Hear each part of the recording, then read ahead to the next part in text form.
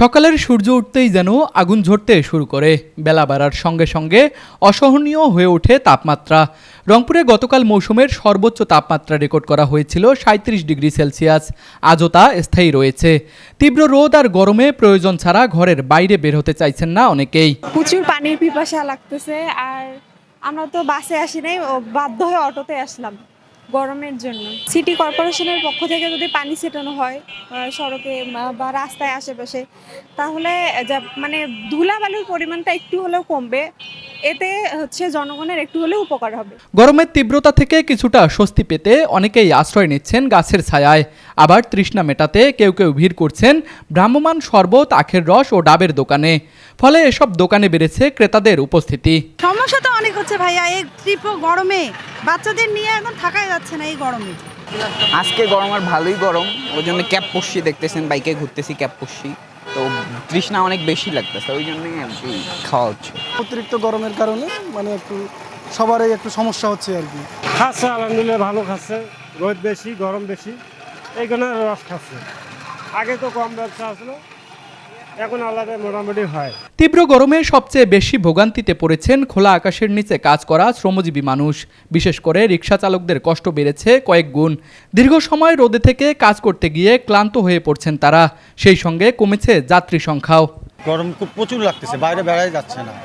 গরমের কারণে আমরা কর্মে যাইতে পারছি না। আমি রিক্সা চালাই, গরমের জন্য আজকে রিক্সা বন্ধ রাখছি। গরমে যাটা আমার শরীরটা অন্যাস হয়ে গেল, আমি আর পারতেছি না। এমন শরীর তো ঘামতেছে ভিতরে ভিতরে, আর অস্থির হয়ে যাচ্ছি। মৌসুমের সর্বোচ্চ তাপমাত্রার এই দাবদাহে রংপুরে জনজীবন কার্যত স্থবির হয়ে পড়েছে।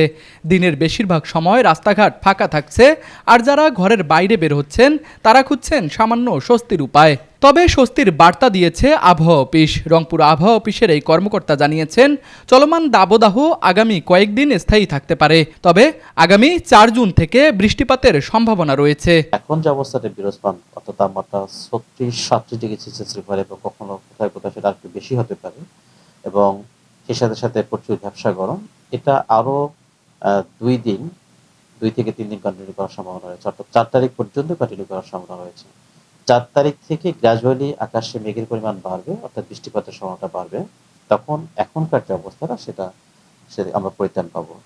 এই সময়টাতে সাধারণত যে ঘটনাটা ঘটে, যেহেতু এই সময় এই ভ্যাপসা গরম এবং সানলাইটের কারণে হিটস্ট্রোকের পরিমাণটা বেড়ে যায়। এজন্য সাধারণ মানুষ যারা ডেলিভার, বিশেষ করে ডেলিভার যারা দিনের বেলায় প্রচণ্ড রোদে কাজ করতে যায় বাহিরে, তাদের জন্য দীর্ঘ সময় এই সানলাইটের মধ্যে অবস্থান না করে, সূর্যের আলোর মধ্যে অবস্থান না করে মাঝে মাঝে ছায়াযুক্ত স্থানে আসতে হবে এবং পর্যাপ্ত পরিমাণে পানি পান করতে হবে। তাপদাহে পুড়ছে রংপুর। প্রখর রোদ আর তীব্র তাপমাত্রায় বিপর্যস্ত হয়ে পড়েছে জনজীবন। এখন এক পশলা বৃষ্টি জনজীবনে স্বস্তি ফিরিয়ে দিতে পারে। রাশেদ হোসেনের ক্যামেরায় তুষার আচার্য, RCTV।